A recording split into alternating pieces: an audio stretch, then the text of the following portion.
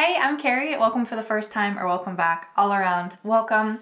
I'm Carrieblogger, a career freelancer on Fiverr.com, where I've been selling as a freelance copywriter and branding expert for about the past 6 or 7 years now. And in today's Freelance Friday video, I'm going to be talking about my favorite clients, the things that make me love and cherish and remember working with you. Out of the 10,000 orders that I've done, there have just been some really near and dear to my heart, memorable clients. If you're a freelancer like me, maybe some of these things will resonate with you. If you purchase from a freelancer, maybe take some of these things to heart and make sure that you are the kind of person and the kind of company and brief and client that your freelancer will also love working with. So let's get into it. Hopefully this is going to be a quick one today. I've got some notes jotted down. I'm going to try really hard not to ramble. It all starts with a really interesting concept. I love to work on new ideas when people are really innovating in their industry, coming up with something new and novel and groundbreaking. But even more than that, even if it's not something that's a brand new invention or something like that, just if people are really passionate about what they're doing, that translates to me and that makes me more excited about the project. Now, I'm not saying that Shopify sites with dropship is so boring and so uninspiring that I just can't do it. For a lot of reasons, I enjoy that kind of work too. But there's really something special about working with a client who comes up with something that they care so deeply about, they are so invested in, that they really want to see it change the world and have an impact. And that is the kind of thing that just makes me so excited to dive in, really learn more about what they're doing and put that forward in the very best light to help them be successful. Before we go on, I have no idea what's on my face. I can't stop looking at it. I'm sorry. I'm sorry. A clear brief is so important. I get this question pretty frequently, what do you actually need to write the content? What do people actually have to tell you? Do you do all of the research yourself? How do you know what to write?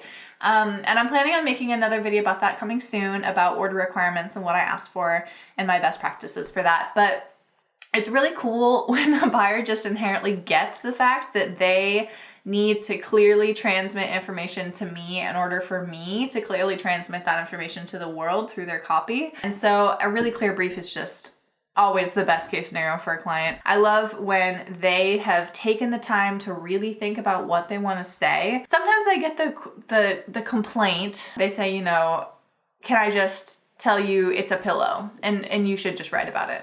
And I say, well, you have to give me the facts about the product. Even if that's just a manufacturer link, if that information is already available elsewhere, you can just give me that information that way. It's easy. And they'll usually say well, if I take the time to write down the facts, I could just write it myself. Maybe you could. Maybe you're an actual expert copywriter. Maybe you understand how to market this product. But writing down facts and actually creating market-driven copy that is centered around your audience and your style and your brand voice and your price point and your attributes, that's a skill. And so it kind of rubs me the wrong way when clients think that creating a brief is the same thing as what I'm going to be giving them in the end. So yeah, that was a little bit of a tangent, but it irks me a little bit when people don't see their participation and collaboration in this process as being important and relevant in the time of, you need to create a clear brief so that I know what I'm doing and that I can do my job really well. Related to that, open communication is so important. I love when my customers are actually easy to access. I don't feel like it's just pulling teeth if I have a question to ask. I feel like they respond well to me wanting more information, that's not seen as a burden, but that's seen the way I intend it, that it's actually me wanting to just do my very best job for them. And this is not to judge, but there are some people who kind of don't understand how to work with someone remotely, whether that's actual technology issues that I've had people just lose their Fiverr login and say that they literally can't get back into the site and then create extra accounts to try to talk to me. I've had people who message me multiple times, I'll be asleep and it shows my time zone. It says that it's 1 a.m. and people will say, hey, are you online? Can you get back to me? Carrie, why aren't you responding to me? I have a question. Are you okay? What's going on? And I wake up to 15 messages and then by the end of it, they're annoyed because I'm not responding and they don't know why. And so yeah, the remote worker thing, it takes a little bit of practice to get used to working with someone online, being comfortable with written communication, and just having that trust. And again, playing your role to collaborate truly, not just order, not just to pass off something you don't care about, but to actually collaborate together to make something really special. And open communication is part of that, not only in terms of speed of response and just being present, but also the clarity of your responses, making sure that you're actually answering the question and actually reading the questions. Yeah, that's cool. They've got to trust me creatively. I recently watched a video and I can't remember his username, so I'm gonna put it up here with a thumbnail because I thought it was super funny. Thanks for commenting on my video, by the way. That's why I found you. It irks me it's so hard. I can't even get started in the sentence. It really sucks. I submit something that I know is just really resonant with your everything and it's gonna work for you. It's gonna work for you. I believe in it. I put my professional credibility on the line. This will work. And then someone comes back and destroys it, either with a ton of edits that don't make sense or just completely changing. Don't touch my copy. I love when my clients give me creative liberty. They're giving me core facts. They're super clear. The trash can's gonna go by. They know what they want, but they are willing to let me put my professional expertise into deciding how to meet that end goal.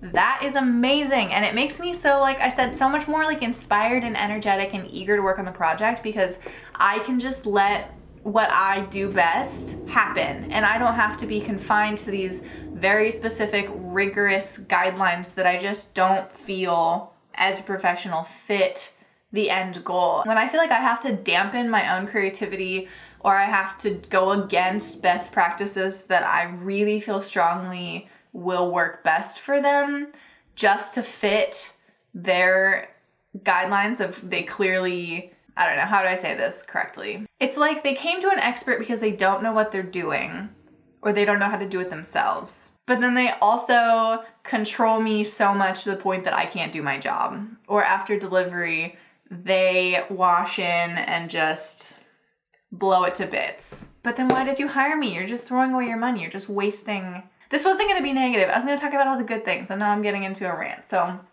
rant done. And number 5, I would be lying if I didn't say that a tip always makes it better to work with me. I don't ever expect it. I feel like my prices are set very fairly to compensate for my expertise, compensate for the value that I'm delivering to clients. So I never expect a tip on top of that. But of course it's nice. Everyone wants to receive a tip when someone to say, wow, you changed my life. I love it. I love it. I love it. And that's not even to say all of my favorite clients have always tipped me. That's actually not true. But yeah, it means a lot. It just makes me feel good. Everyone loves to get a tip. Okay, so that is my top 5 things that I love working about my favorite clients. I wasn't planning on like dropping usernames or company names just because I haven't asked for permission to do that. But if you're out there and you know that we had a good experience together, just know that you are in my heart and you are one of my favorite clients forever and always. Feel free to come back and work with me again. That'd be great. And if you're a freelancer, hopefully this works for you. If there's any other things that I did not mention that you love about your favorite clients that just are like cream of the crop, always a pleasure, be sure to comment that down below. And if you have any questions for a future Freelance Friday, as always, comment that down below. I am getting around to some of those questions that have been submitted to me recently and they will be coming soon. Like and subscribe. Yep, is that the end of my rant? Yep. All right, let's get back to work.